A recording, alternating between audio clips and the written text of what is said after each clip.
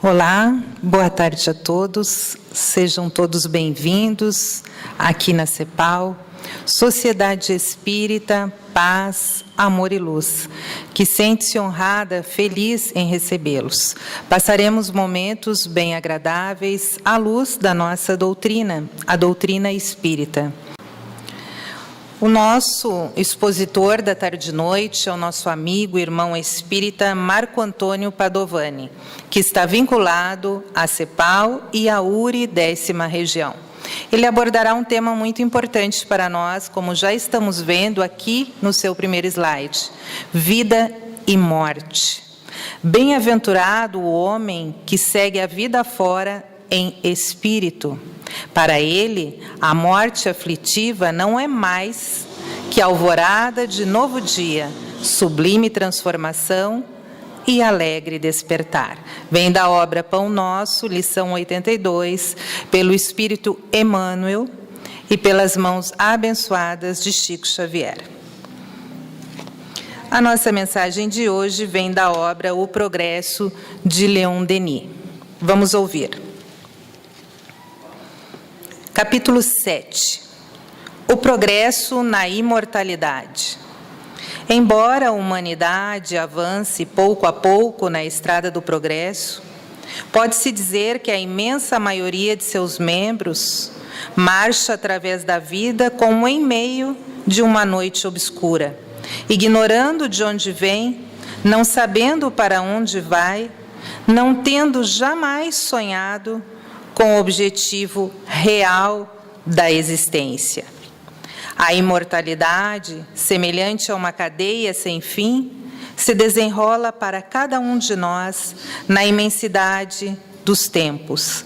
Cada existência é um elo que se liga para trás e para frente, em uma cadeia distinta a uma vida diferente, porém solidária com todas as outras. O futuro é a consequência do passado, e de degrau em degrau o ser se eleva e cresce. A lei suprema do mundo é, portanto, o progresso incessante, a ascensão dos seres para Deus, fonte das perfeições. Considera, portanto, no seu justo valor as coisas da terra. Não as desdenhes, porque, sem dúvida, elas são necessárias ao teu progresso, e tua obra é contribuir para o seu aperfeiçoamento, melhorando a si mesmo, mas que tua alma não se agarre exclusivamente a elas e que busque, antes de tudo, os ensinamentos nelas contidos. Graças a eles, compreenderás que o objetivo da vida não é só o gozo nem a felicidade mundana, porém o desenvolvimento por meio do trabalho, do estudo e do cumprimento do dever dessa alma, dessa personalidade que encontrarás além do túmulo, tal como a tenhas feito tu mesmo no curso dessa existência terrestre. Então fica também uma indicação de leitura para nós. Convido a todos para entrarmos em harmonia de pensamentos e nos unirmos em prece. Pai amado, Jesus nosso Mestre, benfeitores queridos, agradecemos por estarmos aqui na CEPAL, nesse espaço físico que já nos é favorável ao nosso crescimento ético-moral. Agradecemos pelo ar que respiramos, pela nossa existência, pelo alimento da alma e do corpo, pelos nossos familiares, pelas pessoas com quem convivemos, pelos aflitos, pelos doentes, pelos necessitados, para que possam receber a nossa vibração de amor e possamos formar esse elo de grande luz rumo à espiritualidade maior a cada dia. E desde já, nossas vibrações positivas e benéficas para que o nosso amigo, irmão Marco Padovani logre o máximo de êxito, amparado pela espiritualidade maior, Jesus e seus embaixadores espirituais. Que assim seja, Senhor. Então, com muita alegria, vamos receber o expositor da tarde e noite, Marco Antônio Padovani. Seja bem-vindo. Boa tarde a todos. Que sejamos envolvidos na paz de Jesus e que essa paz envolva nossos entes queridos e nossos familiares. Como disse a mensagem de abertura, apesar de estarmos vivendo no 21º século da era cristã, o ser humano ainda se aflige muito, ele se apavora, ele se assusta, quando ele para pensar um pouco mais profundamente sobre a vida e sobre a morte. No entanto, a doutrina espírita, ela resolve todas as dúvidas, todos os questionamentos sobre a vida e sobre a morte. Então, ela nos permite compreender o significado profundo e verdadeiro da nossa vida, nos ensina e nos convida a valorizar a bênção da nossa existência e, ao mesmo tempo, ela nos capacita a compreendermos o fenômeno da morte, de modo que, quando chegar a nossa hora, da nossa passagem, do nosso retorno ao mundo espiritual, nós possamos ir de forma consciente e sem aflições desnecessárias. É interessante pensarmos sobre a vida e a morte. Alguém aqui já perguntou quantas pessoas nascem e morrem por dia em nosso planeta? Uma estatística pela ONU. Nós temos um número de habitantes hoje no planeta em 7,3 bilhões de habitantes. Número de nascimentos, quase 3 por segundo. Quase 180 pessoas por minuto nascem aqui na Terra. 10.800 pessoas por hora. E quase 260 mil pessoas por dia. É como se uma cidade de Foz do Iguaçu, a quantidade de pessoas nascesse todos os dias em nosso planeta. Da mesma forma, é reduzido, as mortes são menores, por isso que a população aumenta. 102 pessoas morrem por minuto no nosso planeta, 6.000 morrem por hora e quase 150 mil pessoas morrem todos os dias. Então, é como se a metade da população de Cascavel, desencarnasse todos os dias.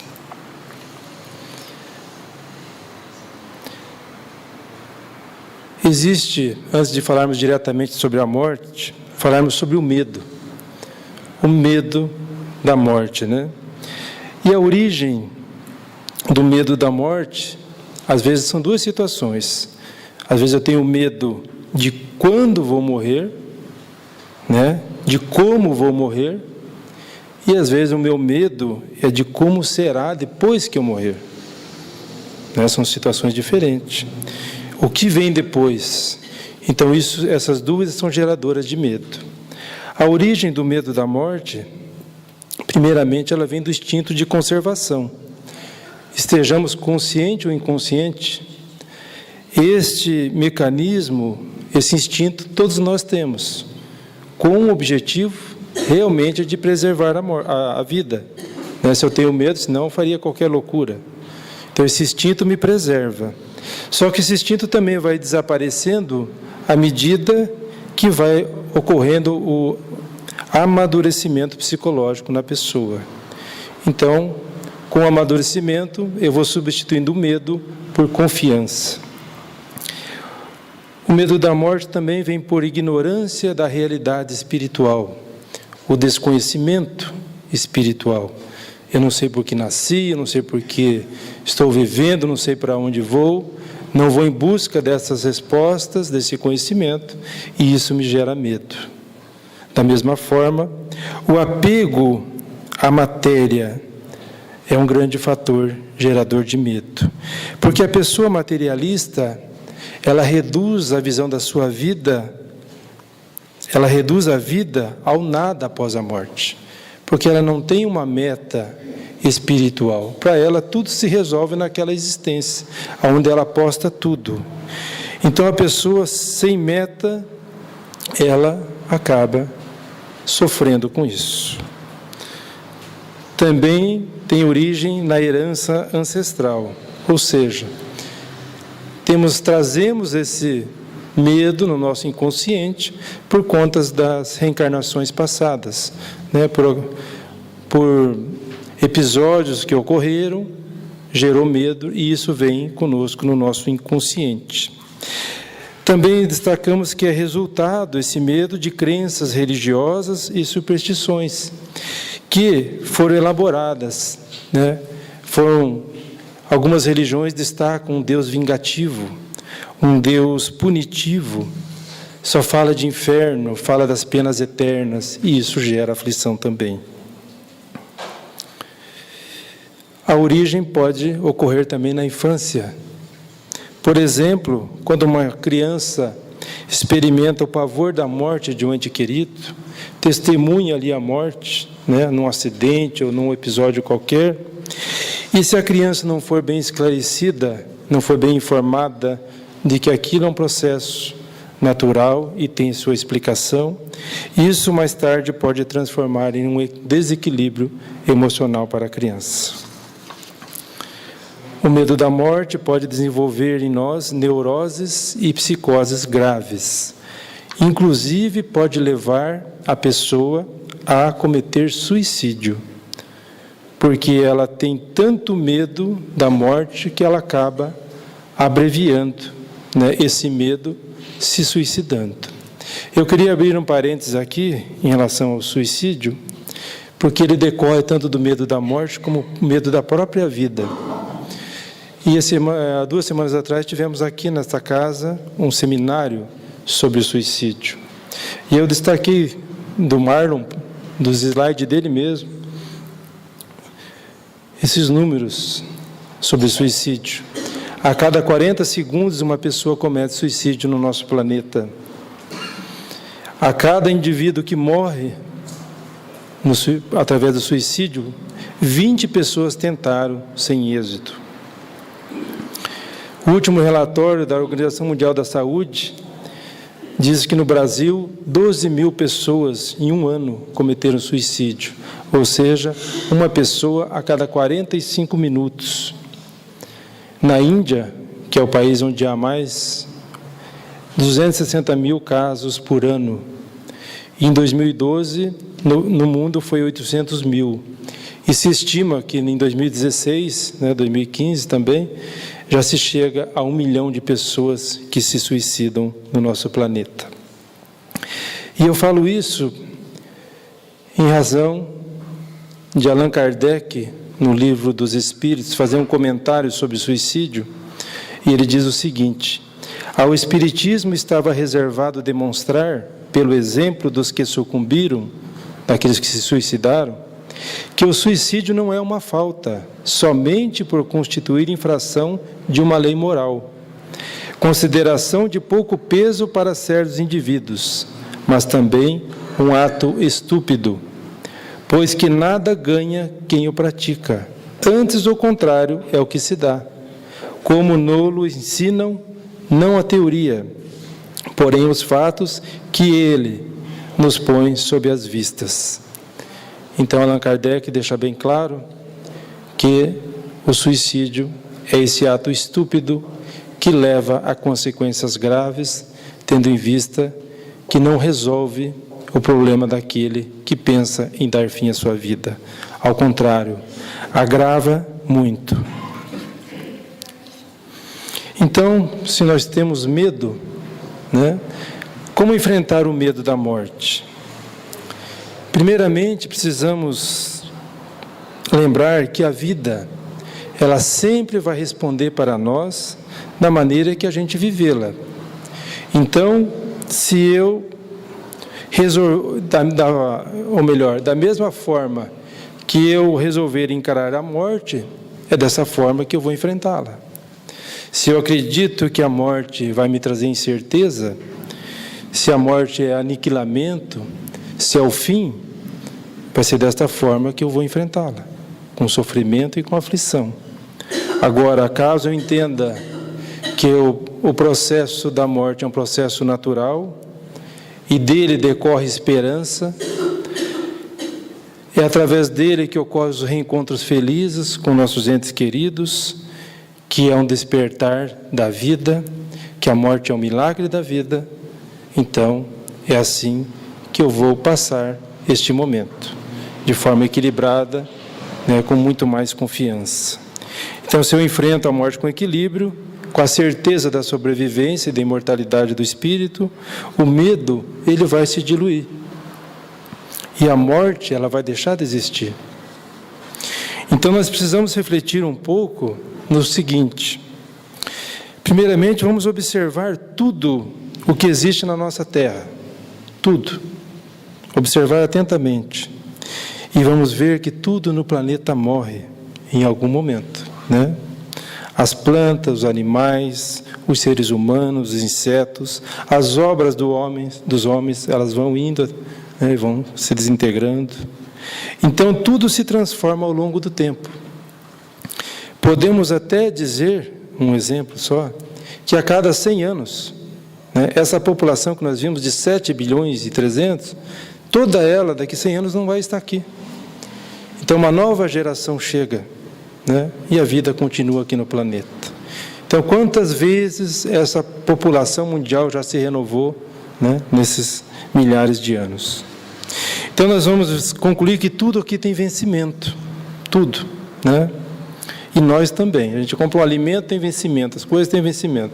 Nós também temos validade. Só não nascemos com a etiquetinha válido até tal dia. Mas a gente tem.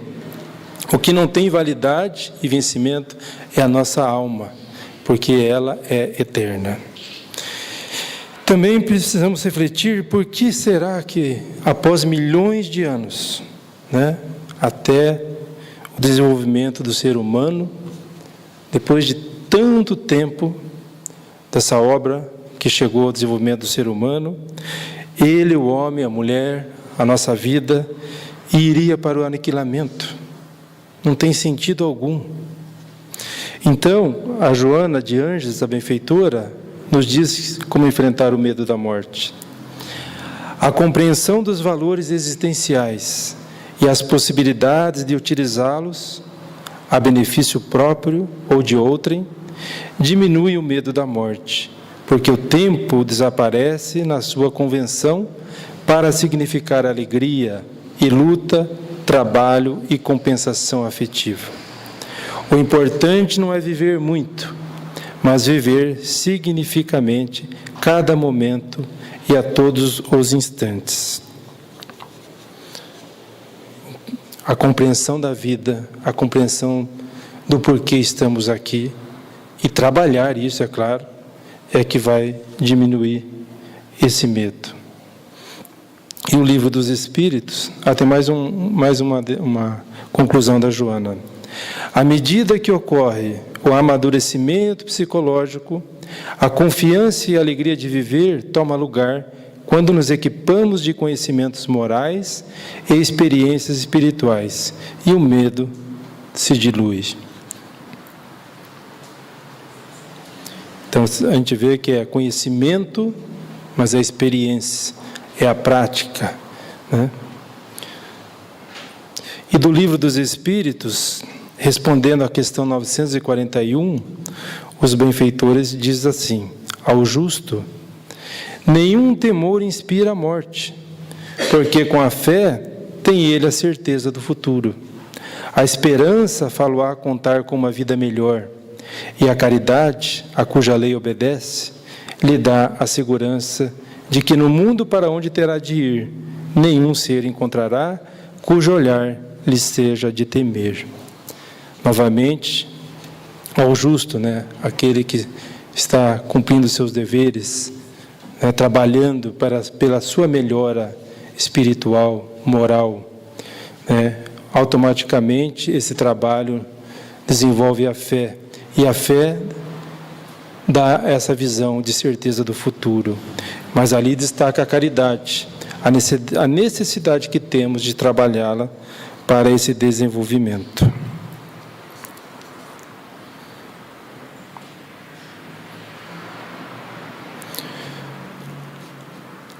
Aqui eu vou destacar algumas definições do que é morte pela benfeitora Joana de Ângeles. Ela nos diz que a morte, para a psicologia transpessoal, que é a psicologia profunda, é fenômeno biológico, a transferir o ser de uma para outra realidade, sem consumção da vida. A morte é mensagem da vida, contribuindo para a valorização da oportunidade existencial. A morte é inevitável e constitui bênção em relação à experiência física. No entanto, a forma como cada qual se comporta no corpo é que se torna essencial. E por último, a morte é um suave meio para se adormecer e logo se despertar. É a grande libertadora que propõe o descortinar de horizontes felizes ao viajor, que, recuperado dos débitos antes contraídos, prepara-se para receber aqueles afetos que virão mais tarde. Então, se eu pegar de cada um, a morte é um fenômeno biológico, é uma mensagem da vida, é uma bênção em relação à nossa existência e é a grande libertadora. Primeiro, é libertadora do nosso corpo físico. Segundo, é libertadora dos nossos débitos que nós contraímos. Através, então, da existência, nós resgatamos esses débitos. E, por último, é a libertadora para o encontro com aqueles que nos antecederam ao mundo espiritual. Alguém acha que a morte dói? Né? Que é dolorido morrer? É interessante essa questão. Eu penso, tenho medo, será que vai doer, não vai doer? E a benfeitora também nos responde. Um aprofundamento mental demonstra que a morte não dói. Não dói nada, pode ficar tranquilo. E não apavora. Mas é o estado psicológico de cada um em relação à morte é que transfere as impressões íntimas para o exterior, dando curso às manifestações aparvalhantes, ou seja, atrapalhadas, né? Bem louca. Então a gente vê que, de fato, não dói o desligamento, o ato de desligar o corpo do espírito. E isso é confirmado, né? Está lá no Livro dos Espíritos, a pergunta 154. É dolorosa a separação da alma e do corpo? Não. O corpo quase sempre sofre mais durante a vida do que no momento da morte. A alma, nenhuma parte toma nisso. Então, não se preocupe que não vai doer nada. Pode ir tranquilo, né, Vani? Agora tem uma definição que eu acho, num outro sentido, de morte por Emmanuel, o Espírito Emmanuel. O que é morte? Eu tirei do livro Pão Nosso. No entanto, é imprescindível entendê-la, que entendê-la é a morte, não por cessação, e sim por atividade transformadora da vida. Agora, olha o entendimento dele. Espiritualmente falando, apenas conhecemos um gênero temível de morte, a da consciência denegrida no mal, torturada no remorso ou paralítica nos despenhadeiros que marginam a estrada da insensatez e do crime. Então, a morte, né, o que é? É quando a gente perde a chance da nossa existência. Não se decide por viver, e sim só por existir, só por sobreviver. Abre mão do conhecimento, abre a mão de cada dia para a sua luta, para a sua melhora. Então, quando ele fala, né, essa paralisia espiritual, Então, a morte, na verdade, é quando a nossa morte espiritual, quando a gente perde, né, o sentido aqui da vida. Eu deixo essa reflexão, então. O corpo físico vai extinguir naturalmente, por isso não justifica o medo. Não é a primeira vez que morremos biologicamente. Quantas encarnações e quantas experiências já vivenciamos de morte física? Então, para que ter medo? Quantas vezes já morremos? Este processo de morrer não é desconhecido. O simples hábito de dormir é uma experiência de morte, que deve servir de modelo comparativo. Então, quando a gente dorme, é a mesma experiência. A gente entra no inconsciente, naquele estado, e a morte é o mesmo exemplo da passagem. Jesus, Ele nos ensinou que a gente deve buscar a verdade, e a verdade vai nos libertar. Então, essa busca da verdade, essa busca do conhecimento, é que vai fazer definitivamente que a morte seja vencida pela realidade da nossa vida.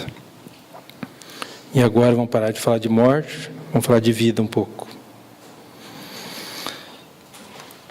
A vida sob vários aspectos. Às vezes a gente pensa que só vê a nossa vida física, né?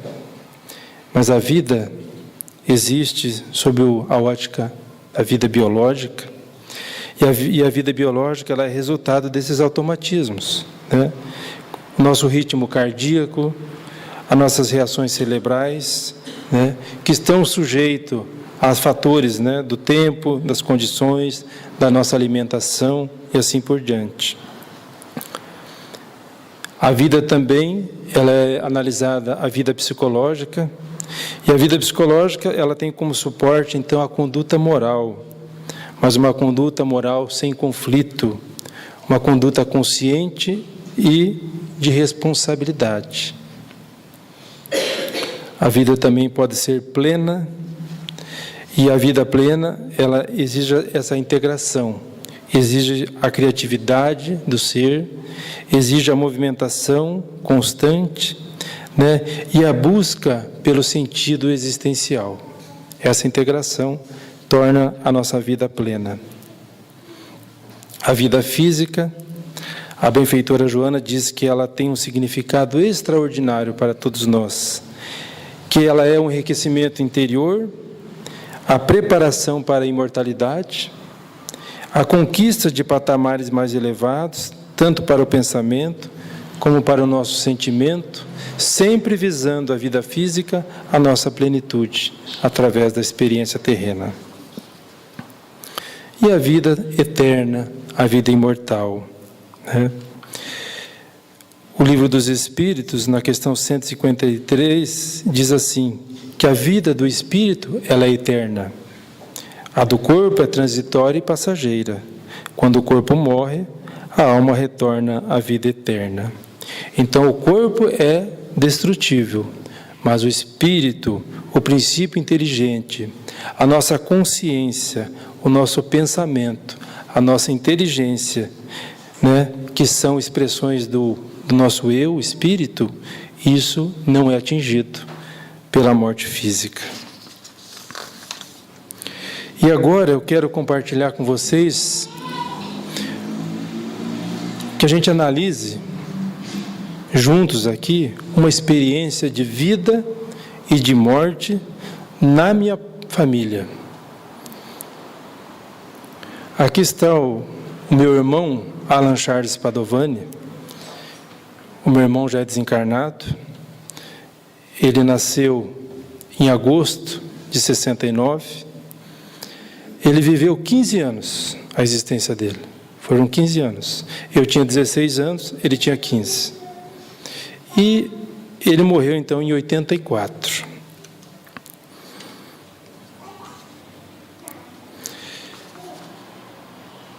Aí vem a questão. O que aconteceu à alma dele após a morte? A vida continua ou não continua? Quais as opções que temos? O nada, o aniquilamento, a extinção, o fogo eterno, ir para o inferno, ou quando se morre já vai para o céu, para as bem-aventuranças.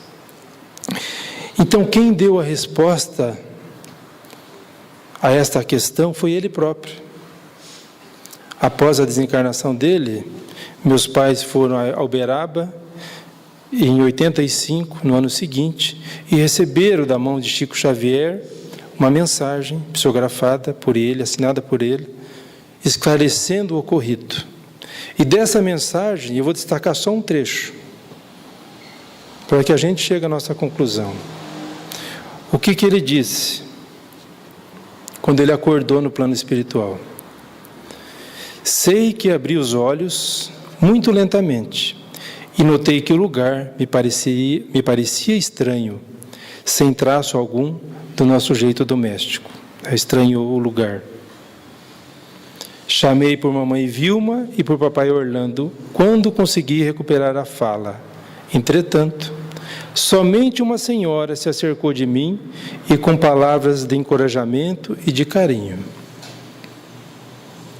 Com espanto, escutei os informes dela, solicitando-me que a chamasse por vovó Lina, e me prometeu assistência e esclarecimento, declarando-me que o descanso ainda funcionava por remédio em meu auxílio na recuperação necessária. Com os dias, conquistei energias novas e pude voltar à nossa casa para ouvi-los a todos. Então, esse aqui é um trecho do que ele escreveu para nós, esclarecendo o ocorrido, né? E o que eu queria destacar aqui? Primeiramente, mostrar para vocês aqui uma página, são 31 páginas, mas aqui está um pouco escuro, mas é uma das páginas, exatamente, né, da psicografia, quando o Chico escrevia por lápis, assim entregava para a família. Agora, vendo esse depoimento dele, eu queria então analisar a questão junto a 160 do Livro dos Espíritos. É perguntado aos espíritos superiores: o espírito se encontra imediatamente com os que conheceu na terra e que morreram antes dele? Sim, respondem eles, conforme a afeição que lhes votava e a que eles lhes consagravam. Muitas vezes aqueles seus conhecidos o vêm receber a entrada do mundo dos espíritos e o ajudam a desligar-se das faixas da matéria. Encontra-se também com muitos dos que conheceu e perdeu de vista durante a sua vida terrena. Vê os que estão na erraticidade, como vê os encarnados e os vai visitar. Olha o que fala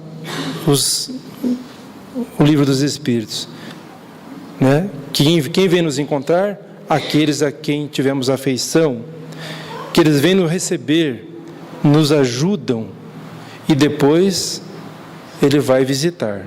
Então, nós voltando lá no depoimento dele, exatamente, uma senhora se acercou. Quem é essa senhora? É a vovó Lina, a bisavó dele, a quem a minha mãe implorava auxílio depois da morte.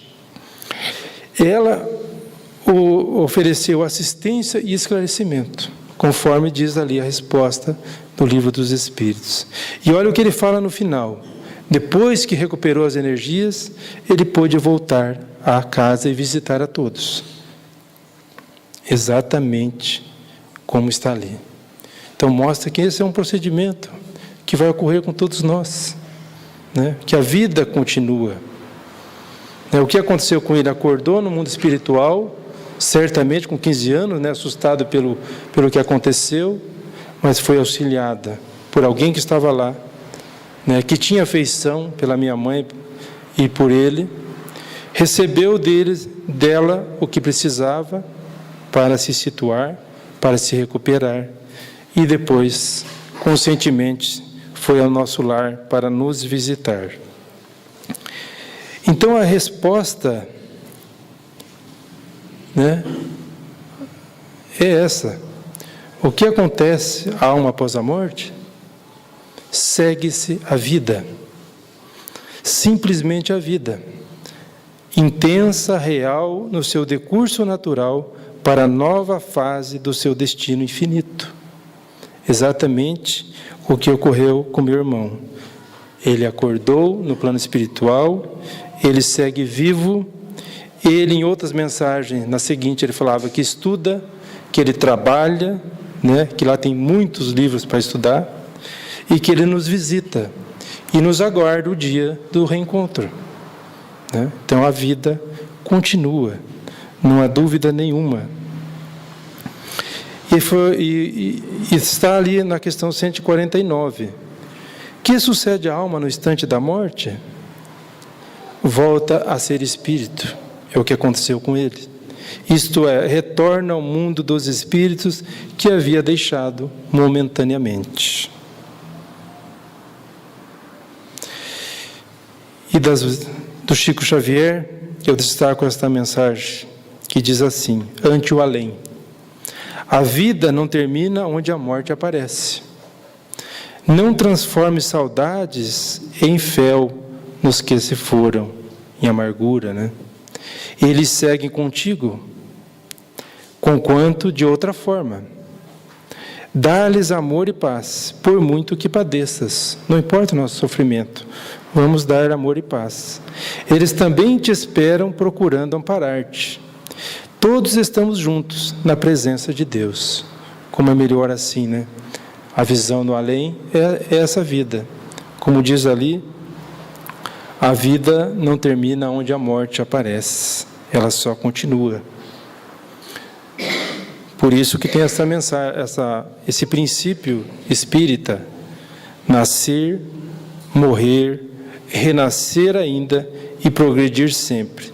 Tal é a lei. Então são etapas a nossa existência. São etapas que começam pelo nascimento, depois vem a vivência, né, a nossa existência, depois vem a morte biológica apenas. E depois renascemos. Renascemos, retornamos ao mundo espiritual. E para quê? Para novos estágios. Novos estágios para adquirir conhecimentos, intelectos morais, né? Para adquirirmos virtudes, sempre rumando à nossa plenitude, sempre rumando a Deus. A vida, Joana de Ângeles, tirei do livro Momentos de Saúde. A dádiva mais extraordinária que existe é a vida. Especialmente a vida humana, é um dom supremo que deve ser preservada e utilizada com eficiência, dilatando-a ao máximo, a fim de recolherem os benefícios que faculta. Emanação divina, a vida é a presença do psiquismo superior manifestando em toda parte. E já indo para a nossa conclusão, este momento do encontro de Jesus com Maria de Magdala. Neste momento, que foi seguido da crucificação e da morte de Cristo, Jesus apareceu para Maria com que objetivo? Exatamente para proclamar a lei da imortalidade, porque ele se mostrou após a morte vivo, radioso, atuante. E não foi só com ela. Depois ele se encontrou com os discípulos, né? Teve contato, conversou com todos. Então, demonstrando para nós o quê? Que nós somos seres imortais, que a nossa vida continua após o desfecho físico. Jesus também nos deixou bem claro esta imortalidade quando ele falou: meu reino não é deste mundo. Se não é deste mundo, é porque ele estava falando sobre a vida futura. A vida futura, né? Ele também diz: quem não nascer de novo não poderá entrar no reino dos céus. Também nos anunciando a lei natural e divina, que é a lei da reencarnação. Então, a sobrevivência do ser espiritual, ela é de suma importância para que a gente compreenda e para que a nossa própria vida tenha sentido psicológico. Porque se a vida não continuar, que sentido tem, né, ficar aqui nesse planeta, aí nesse corre-corre o dia todo? Tem que ter um sentido. Então, todos os dias, nós fazemos escolhas na vida, né? Todos os dias. E se a gente for observar, essas escolhas, ou elas são para a vida, ou elas são para a nossa morte. Quando nós optamos as escolhas pela morte, é quando nós agimos com impaciência, é quando nós somos intolerantes no lar, no trabalho, na sociedade. Nós optamos viver pela morte quando não cuidamos do nosso corpo, quando não controlamos a nossa gula, né? Quando nós deixamos tomar pelo estresse, pelos atos de orgulho, pelos atos de egoísmo. Isso é viver optando pela morte. Quando nós agimos com arrogância, com qualquer forma de maldade, seja em atitude ou seja no pensamento, quando nós não perdoamos e quando a gente pratica qualquer outro ato negativo, a maledicência, assim nós estamos optando pela morte. Mas nós podemos optar também pela vida diariamente, quando nós agimos pelo sentimento de fraternidade, quando agimos optando pelo amor, pela caridade, quando a gente trabalha e age como aquele bom samaritano, que estendeu a mão para aquele irmão, que não importava quem fosse, mas ele estendeu a mão e o auxiliou. Então nós estamos optando pela vida quando agimos com atos de bondade, quando perdoamos, quando temos atitudes sublimes, quando oramos, e também quando nós fazemos pelo próximo aquilo que gostaríamos que o próximo nos fizesse. Então, agindo dessa forma, nós estamos, sem dúvida, optando pela vida diariamente. O Evangelho de Jesus, pegue e abre ele, quantas vezes quiser. Você só encontrará mensagem de vida, só encontrará proposta de vida, nenhuma de morte.